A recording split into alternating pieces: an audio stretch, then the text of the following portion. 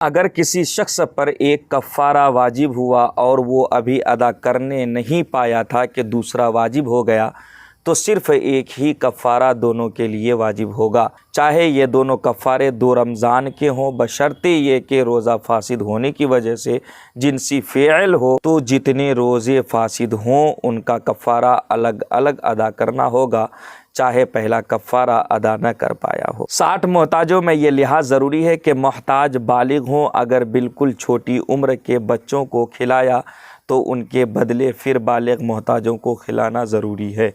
मोहताजों को खाना खिलाने में अपने आम मेयार का ख्याल रखें, न ज़्यादा बढ़ाना वाजिब है और न ये सही है कि सूखी रोटी दे दी जाए।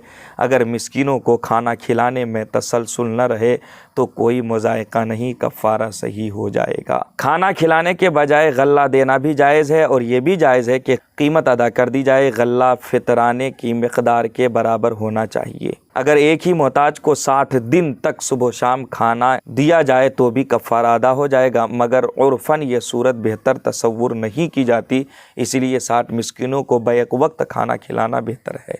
दोस्तों, अब आ जाते हैं फ़िदिया पर। यह तो मैंने जो बताया ये कफ़ारे का बयान था।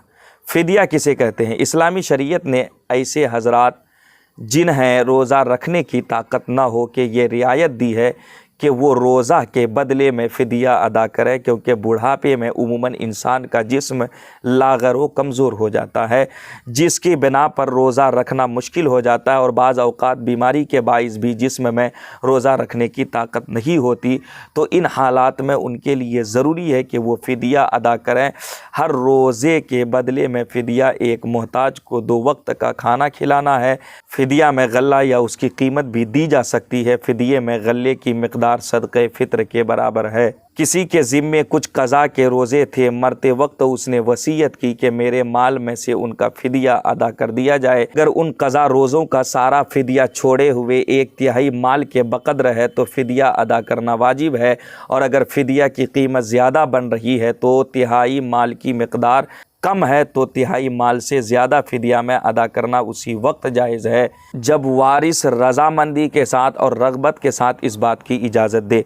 अलबत्ता इस सूरत में भी नाबालिग वारिसों की इजाज़त का कोई एतबार न होगा। अगर मरने वाले ने वसीयत न की हो और वारिस बतौर ख़ुद छूटे हुए रोज़ों का फ़िदिया अगर दे तब भी दुरुस्त है, और खुदा की ज़ात से तवक्को है कि वो फ़िदिया को कबूल फरमा ले और वो रोज़ों का मुआख़ज़ा न फरमाए। मरने वाले की तरफ से वारिस अगर रोज़े रख ले या उसकी क़ज़ा नमाज़ें पढ़ ले तो ये दुरुस्त नहीं है।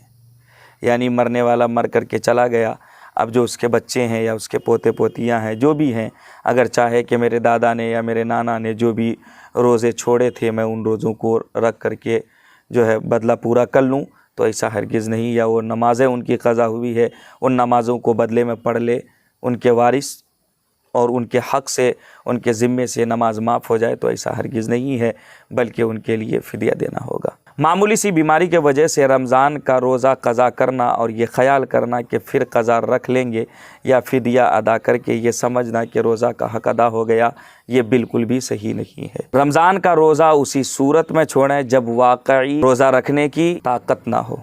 फ़तावा रज़विया में है ताकत न होना। ताकत न होना किसको कहते हैं?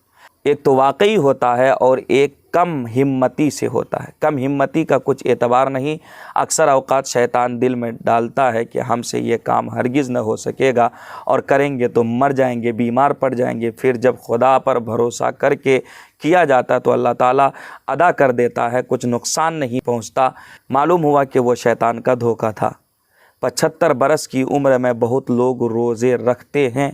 हाँ, ऐसे कमज़ोर भी हो सकते हैं कि 70 ही बरस की उम्र में न रख सके, तो शैतान के वसवसों से बचकर खूब सही तौर पर जांच लेना चाहिए। एक बात तो ये हुई। दूसरी बात यह है कि उनमें बाज़ को गर्मियों में रोज़ा की ताकत वाकई नहीं होती मगर जाड़ों में रख सकते हैं, ये भी कफ़ारा नहीं दे सकते, बल्कि अगर गर्मियों में क़ज़ा करके जाड़ों में रोज़ा रखे तो उन पर रोज़ा रखना ये फ़र्ज़ है।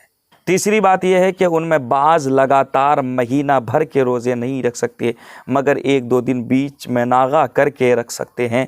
तो जितने रोज़ा रख सकें इतने रखना फ़र्ज़ है, जितने क़ज़ा हो जाएं जाड़ों में रख लें। चौथी बात यह है कि जिस जवान या बूढ़े को किसी बीमारी के सबब ऐसा ज़ुआफ़ यानी कमज़ोर हुआ कि रोज़ा नहीं रख सकते, उन्हें भी कफ़ारा देने की इजाज़त नहीं, बल्कि बीमारी जाने का इंतज़ार करे। अगर क़ब्ल शफ़ाअत मौत आ जाए तो उस वक्त कफ़ारा की वसीयत कर दे, और अगर मौत नहीं आए, अल्लाह के करम से बच गए, तो उनकी क़ज़ा करे। अलगर्ज़ बात यह है कि कफ़ारा उस वक्त है कि रोज़ा न गर्मी में रख सके, न जाड़े में, न लगातार, न मुतफ़र्रिक़, और जिस उज़्र के सबब ताकत न हो, उस उज़्र के जाने की उम्मीद भी न हो। जैसे कि वो बूढ़ा शख्स के बुढ़ापे में उसे ऐसा ज़ुआफ़ कर दिया, यानी बुढ़ापे ने उसे ऐसा कमज़ोर कर दिया कि अब उनके पास कोई हिम्मत नहीं रही, वो कोई हिम्मत नहीं लगा पा रहा है कि अब मैं सही हो जाऊंगा या मुझे फिर से ताकत लौट आएगी, और न जाड़े में न गर्मी में मैं लगातार रोज़ा रख सकता हूं। तो ऐसा बुढ़ापा जो जाने की चीज़ ही नहीं है, तो ऐसे शख्स को कफ़ारा देने का हुक्म है, और उसे इख्तियार है कि रोज़े का कफ़ारा चाहे तो रोज़ दे दे, या महीना भर का पहले ही अदा कर दे, या ख़त्म माह के बाद भी कई फ़कीरों को दे, या सब एक ही फ़कीर को दे दे, ये सब जायज़ है। फ़िदिया सिर्फ़ शेख फ़ानी के लिए रखा गया है। जो बसबबे पीराना साली रोज़ा की कुदरत न रखता हो, ना आइंदा ताकत की उम्मीद के उम्र जितनी बढ़ेगी जो अब बढ़ेगा, उसके लिए फ़िदिया का हुक्म है। यानी ये तमाम सूरतें हैं जिसमें फ़िदिया दे सकते हैं, कफ़ारा दे सकते हैं।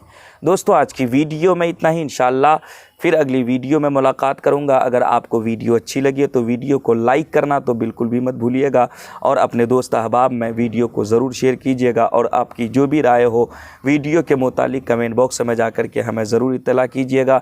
किसी भी मसले की जानकारी लेनी हो या रमज़ानुल मुबारक के बारे में कुछ भी पूछना हो, आप कमेंट्स के ज़रिए मुझसे रब्ता ज़रूर कीजिएगा। इंशाअल्लाह उसका तशफ़ी बख्श मैं जवाब देने की कोशिश करूँगा। दोस्तों, अपने दोस्त अहबाब का इस रमज़ानुल मुबारक के महीने में ज़रूर अपने पड़ोसियों का ख्याल रखिएगा।